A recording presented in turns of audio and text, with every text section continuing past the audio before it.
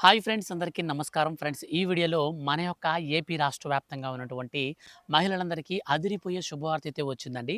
So చాలా రోజుల నుంచి ఎదురు చూస్తున్నటువంటి ఆడబిడ్డ నిధి పథకానికి సంబంధించిన ప్రతి నెలలో 1500 రూపాయలు, అలాగే ఏడాది కాలంలో 18,000 రూపాయలైతే ఇస్తామని హామీ ఇచ్చినటువంటి ఆడబిడ్డ నిధి పథకానికి సంబంధించి మన యొక్క రాష్ట్ర ప్రభుత్వం ఊహించని శుభవార్త అయితే అందించిందండి. సో ఇప్పుడు మన యొక్క రాష్ట్ర వ్యాప్తంగా ఉన్నటువంటి మహిళలకు మనకు సంక్రాంతి కానుకగా డబ్బులైతే విడుదల చేస్తామని అందరూ భావించారు. కానీ సంక్రాంతి నుంచి ఇప్పుడు మనకు వాయిదా అయితే వేశారు. వాయిదా అనేది ఎందుకు వేయడం జరిగింది? ఇంతకీ ఈ పథకానికి సంబంధించిన డబ్బులైతే ఎప్పటినుంచి పడతాయి అనే దానిపైన మన యొక్క రాష్ట్ర ముఖ్యమంత్రి నారా చంద్రబాబు నాయుడు గారైతే మనకు గుడ్ న్యూస్ అయితే ప్రకటించారండి. రీసెంట్లీ మన యొక్క ఏపీ రాష్ట్ర వ్యాప్తంగా ఫ్యామిలీ బెనిఫిట్ సర్వే కూడా అయితే చేస్తున్నారు. ఈ ఫ్యామిలీ బెనిఫిట్ సర్వేలో కూడా మనకు ఎవరెవరికి ఈ యొక్క ఫ్యామిలీ బెనిఫిట్ కార్డ్ అయితే ఇస్తున్నారు, ఏంటి విషయం, అసలుకి ఈ పథకానికి సంబంధించిన డబ్బులు మన ఖాతాల్లోకి ఎప్పటి నుంచి రావడం జరుగుతుంది, ఈ విషయాలన్నీ కూడా మనం క్లారిటీగా కనుక చూసుకున్నట్లయితే వీడియోలోకి వెళ్ళి నేను మీకు ఎక్స్ప్లెయిన్ చేస్తాను. వీడియోని స్టార్టింగ్ నుంచి ఎండింగ్ వరకు ఎక్కడా స్కిప్ చేయొద్దండి. ఎందుకనంటే మన యొక్క రాష్ట్ర వ్యాప్తంగా ఉన్నటువంటి మహిళలకు సంబంధించి మనకు ఈ ఆడబిడ్డ నిధి పథకానికి సంబంధించిన డబ్బులు ఖాతాల్లోకి పడాలంటే ఖచ్చితంగా ప్రతి మహిళ కూడా ఈ 4 పనులైతే చేసుకోవాల్సి ఉంటుంది. ఈ 4 పనులు చేసుకున్నటువంటి మహిళలకు మాత్రమే ఈ పథకానికి సంబంధించిన డబ్బులైతే వస్తాయి. మిగిలిన వాళ్ళకి ఒక్క రూపాయి కూడా రాదు. 4 పనులేంటి, మనకి ఈ పథకానికి సంబంధించిన డబ్బులు ఎప్పుడు పడతాయి, అలాగే ఈ పథకానికి సంబంధించిన ఎలిజిబుల్ లిస్ట్ అనేది మనకు ఎప్పుడు రిలీజ్ చేస్తారు, కంప్లీట్ అప్డేట్ అంతా కూడా నేను మీకు ఈ వీడియోలో ఎక్స్ప్లెయిన్ చేస్తాను. మన యొక్క రాష్ట్ర ప్రభుత్వం నుంచి ఇప్పుడిప్పుడే గుడ్ న్యూస్ అయితే రావడం జరిగింది. కాబట్టి నేను మీకు అయితే అప్డేట్ క్లారిటీ ఇస్తాను. వీడియోని మీరు స్టార్టింగ్ నుంచి ఎండింగ్ వరకు స్కిప్ చేయకుండా చూడండి. అలాగే మహిళలకు సంబంధించి ఏ చిన్న అప్డేట్ అయినా సరే వచ్చిన వెంటనే మిస్ కాకుండా అందరికంటే ముందుగా మీరు తెలుసుకోవాలనుకుంటే వీడియో కింద ఉన్నటువంటి బ్లాక్ కలర్ సబ్స్క్రైబ్ బటన్ని క్లిక్ చేయండి. పక్కనే వచ్చే బెల్ సింబల్ని కూడా మీరు ఆల్ పైన ట్యాప్ చేస్తే ఏ చిన్న అప్డేట్ వచ్చినా సరే మిస్ కాకుండా అందరికంటే ముందుగా మీరు ఈజీగా ప్రతి చిన్న అప్డేట్ను కూడా తెలుసుకోవచ్చు. కాబట్టి వెంటనే సబ్స్క్రైబ్ చేసుకొని పక్కన వచ్చే బెల్ సింబల్ని ఆల్ పైన ట్యాప్ చేసేయండి. ఇక పూర్తి వివరాలు వీడియోలోకి వెళ్ళి కనుక చూసుకున్నట్లయితే మన యొక్క ఏపీ రాష్ట్ర ముఖ్యమంత్రి నారా చంద్రబాబు నాయుడు గారు 18 నుంచి 60 సంవత్సరాల వయసు మధ్య కలిగినటువంటి మహిళలందరికీ మరోసారి శుభవార్తనైతే అందించారండి.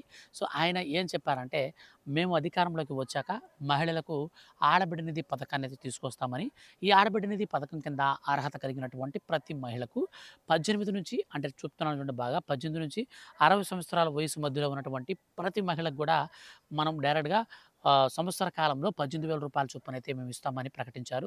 అందులో భాగంగానే మహిళలకు సూపర్ సిక్స్ స్కీమ్స్‌లో మనకు చాలా ప్రాధాన్యత ఇస్తూ తల్లికి వందనం స్కీమ్‌ని కూడా అయితే మనకు తీసుకువచ్చారు. ఫ్రీ బస్సు, మనకు గ్యాస్ సిలిండర్ వచ్చేసి ఫ్రీ గ్యాస్ సిలిండరు, సంవత్సరానికి 3 సిలిండర్లు.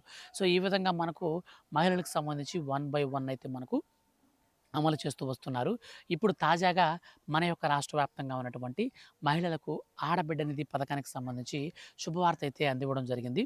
ఈ ఆడబిడ్డ నిధి పథకానికి సంబంధించి ఎవరైతే మన యొక్క రాష్ట్ర వ్యాప్తంగా ఉన్నటువంటి మహిళల్లో మనకు డైరెక్ట్‌గా 18-60 సంవత్సరాల వయసు మధ్యలో ఉండి ఎవరైతే వివాహమైన వారు ఉంటారో అటువంటి వారికైతే ప్రాధాన్యత ఉంటుంది. చదువుకుంటున్నటువంటి వారందరికి కూడా ఇస్తారా బ్రదర్, ఇస్తారా బ్రదర్ అని చాలామంది కామెంట్ చేస్తున్నారు.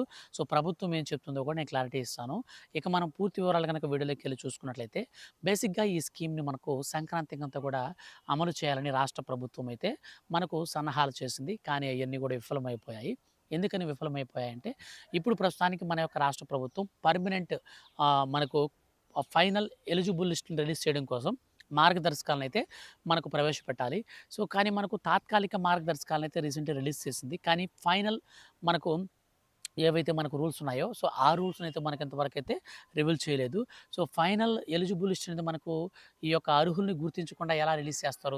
ఈ లాజిక్‌తో రాష్ట్ర ప్రభుత్వం ఏం చేసిందంటే, ఎవరైనా సరే అర్హులకైనా నిదానంగానే ఇద్దాం గానీ, అనర్హులకు మాత్రం ఒక్క రూపాయి కూడా ఇవ్వకూడదనే ఒక ఉద్దేశ్యంతో అనర్హుల్ని ఏరివేసే క్రమంలో భాగంగా రాష్ట్ర ప్రభుత్వం ఇప్పుడు కొత్త మార్గదర్శకాలనైతే మనకు ప్రవేశపెట్టబోతుందండి. ఈ కొత్త మార్గదర్శకాలనైతే మనకు ఎప్పటి నుంచి ఈ యొక్క మార్గదర్శకాలనైతే మనకు రిలీజ్ చేయడం జరిగింది. మనకు సంక్రాంతి లోపల గనక మనకి మార్గదర్శకాలు రిలీజ్ చేసుంటే ఖచ్చితంగా మనకు సంక్రాంతి కానుకగా డబ్బులైతే విడుదల చేస్తుండేవాళ్ళు.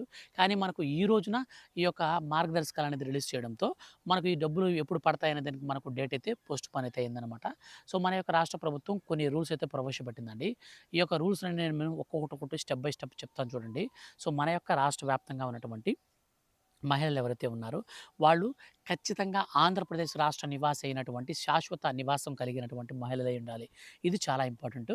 ఇక రెండో పాయింట్‌గా మనం చూసుకున్నట్లయితే మన యొక్క రాష్ట్ర వ్యాప్తంగా ఉన్నటువంటి ఎవరైతే మహిళలున్నారో వాళ్ళకి మన యొక్క రాష్ట్ర ప్రభుత్వం చేత గుర్తింపు పొందినటువంటి మనకు Aadhaar card and pan card, bank account, ఈ యొక్క రేషన్ కార్డు ఇవి కార్డ్స్ అయితే మనకు ఉండాల్సి ఉంటుంది. ఇక మనకొచ్చేసి క్యాస్ట్ విషయానికి వస్తే ఓబీసీ, ఎస్సీ, ఎస్టీ, మనకు మైనారిటీ ఈ 4 కేటగిరీల్లో ఉన్నటువంటి మహిళలు ఎవరైతే ఉన్నారో సో వారందరినీ కూడా ఈ స్కీమ్‌లో ఎలిజిబుల్ లిస్ట్‌లోకి అయితే చేర్చడం జరిగింది.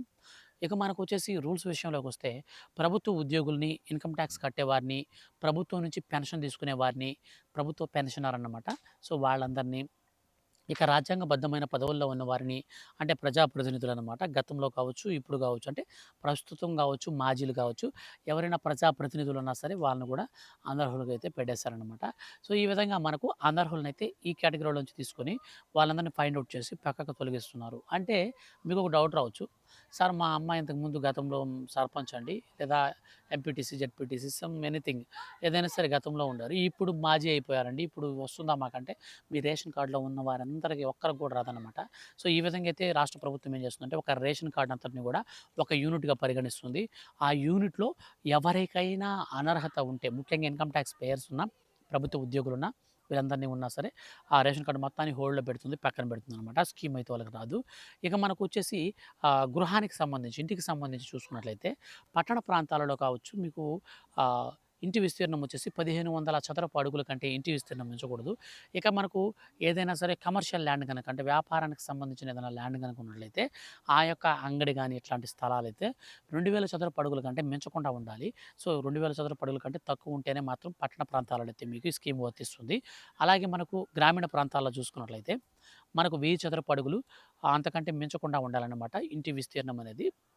ఈ విధంగా అయితే మనకు ఇవ్వడం జరిగింది. ఇక నెలసరి ఆదాయం విషయానికి వస్తే, నెలసరి ఆదాయం వచ్చేసి గ్రామీణ ప్రాంతాలలో 12,000, పట్టణ ప్రాంతాలలో 14,000 అయితే మించకుండా ఉండాలి. సో, ఈ విధంగా అయితే మనకు నెలసరి ఆదాయం అయితే ఉంటుంది. సంవత్సరానికి చూసుకున్నట్లయితే వార్షిక ఆదాయము. సో, మన యొక్క ఎవరైతే విలేజెస్‌లో ఉంటారో వాళ్ళందరికీ రూ. 1,20,000. సో, ఎవరైతే పట్టణ ప్రాంతాల్లో ఉంటారో రూ. 1,44,000 ఈ విధంగా అయితే ఇవ్వడం జరిగిందనమాట. ఇక సొంత కారు అంటే 4 చక్రాల వాహనాలు కలిగినటువంటి 4 చక్రాలు కలిగినటువంటి వాహనాలు ఎవరికైనా ఉంటే వారందరిని కూడా అనర్హుల లిస్ట్‌లో అయితే పెడతారనమాట.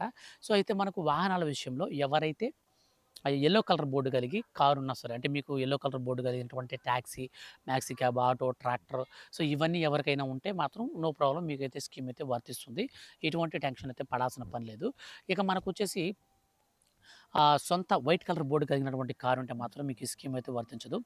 అదేవిధంగా మనకు ఖచ్చితంగా కరెంటు, విద్యుత్ వినియోగం విషయానికి వస్తే 300 యూనిట్ల కంటే కరెంట్ ఎక్కువ వాడుతుంటే మాత్రం మీకు ఈ స్కీమ్ వర్తించదు. సో, 300 యూనిట్ల కంటే మేము ఎలా తెలుసుకోవాలి బ్రదర్ 300 యూనిట్లు అనేది మీకు ఒక డౌట్ రావచ్చు. సో, సింపుల్‌గా చెప్తాను చూడండి. మీరు కరెంట్ బిల్లు గనక 4,000, 5,000 అట్లా గనక ఎవ్రీ మంత్ కట్టుకుంటూ వస్తుంటే మాత్రం మీకు 250, 300 యూనిట్ల దగ్గర దగ్గర అయితే వస్తుందన్నమాట. సో, మొత్తంగా మీకు కరెంట్ బిల్‌ని బేస్ చేసుకుంటుంది. 250 యూనిట్లున్న నో ప్రాబ్లమ్ 300 యూనిట్ కంటే దాటకుండా వాడుకోండి. సో, మనకి ఇవైతే మేము ఇంపార్టెంట్ అప్డేట్స్ అనమాట. సో, వీటిని కాలిక్యులేట్ చేసి ఈ యొక్క కాలిక్యులేషన్స్‌లో ఎవరైతే ఎలిజిబిలిటీ సాధిస్తారో వారిని పక్కన పెడతారు. రీసెంట్‌లీ ఏపీ రాష్ట్ర వ్యాప్తంగా కూడా మనకు ఫ్యామిలీ బెనిఫిట్ సర్వే కూడా అయితే చేస్తున్నారు. ఈ ఫ్యామిలీ బెనిఫిట్ సర్వేలో కూడా సో, సేమ్ క్వెషన్సే ఉంటాయి. సో, మీరు జాబ్ చేస్తున్నారా లేదా? ఎంతమంది చదువుకుంటున్నారు మీ ఫ్యామిలీలో? ఈ డీటెయిల్స్ అన్నీ కూడా మన దగ్గర నుంచి తీసుకుంటారనమాట. సో, ఈ విధంగా రాష్ట్ర ప్రభుత్వం ఈ యొక్క సర్వే అయితే చేస్తుంది. ఇక మనకొచ్చేసి ఈ పథకానికి సంబంధించి కావాల్సినటువంటి ప్రూఫ్స్ విషయానికొస్తే రేషన్ కార్డ్ ఉండాలి, ఆధార్ కార్డ్ ఉండాలి, బ్యాంక్ అకౌంట్‌కి ఎన్‌పీసీఐ మ్యాపింగ్ అనేది ఖచ్చితంగా కలిగి ఉండాలి. అంటే బ్యాంక్ అకౌంట్‌కి ఆధార్ కార్డ్ నంబర్‌తో ఎన్‌పీసీఐ మ్యాపింగ్ అనేది చేసుకొనుండాలి. తర్వాత వచ్చేసి మీకు రేషన్ కార్డ్ కూడా ఆధార్ కార్డ్ లింక్ అయ్యి ఉండాలి. ఇక cash to income proof. So, ఈ యొక్క 5 రకాల డాక్యుమెంట్స్ అనేది ఖచ్చితంగా మీరు కలిగి ఉండాలి. ఇవి కలిగి ఉన్నప్పుడు మాత్రం మీకు ఈ స్కీమ్ అయితే అందుబాటులోకి అయితే వస్తుంది. లేకపోతే మీరు అనర్హులైతే అవుతారు. ఇక పెన్షన్ తీసుకునే వాళ్ళకి మాత్రమే ఈ యొక్క పథకానికి సంబంధించిన డబ్బులైతే రావు.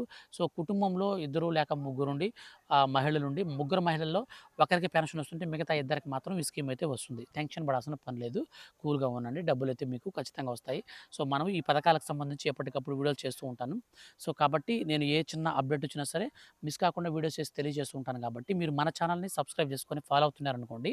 అప్డేట్ అనేది వచ్చిన వెంటనే నేను మీకు ఖచ్చితంగా వీడియో చేస్తుంటాను కాబట్టి మీరు మిస్ కాకుండా అందరికంటే ముందుగా విషయం తెలుసుకొని మీరు నేను చెప్పినట్టు చేసుకుంటూ వస్తే ఖచ్చితంగా మీకు డబ్బులైతే వస్తాయి. చాలామంది ఏం చేస్తారంటే సబ్స్క్రైబ్ చేసుకోకుండా చూస్తుంటారు. వాళ్ళకి మళ్ళీ నేను ఏదైనా ఇంపార్టెంట్ అప్డేట్ ఉన్నప్పుడు, వచ్చినప్పుడు, వీడియో చేసినప్పుడు వాళ్ళు మిస్ అయిపోతారు. సో, మిస్ అయిపోయినప్పుడు వాళ్ళకి డబ్బులైతే పడవన్నమాట. సో, కాబట్టి సబ్స్క్రైబ్ అయితే చేసుకోండి. పక్కనే బెల్ సింబల్‌ని కూడా ఆల్ పైన నొక్కిపెట్టుకోండి.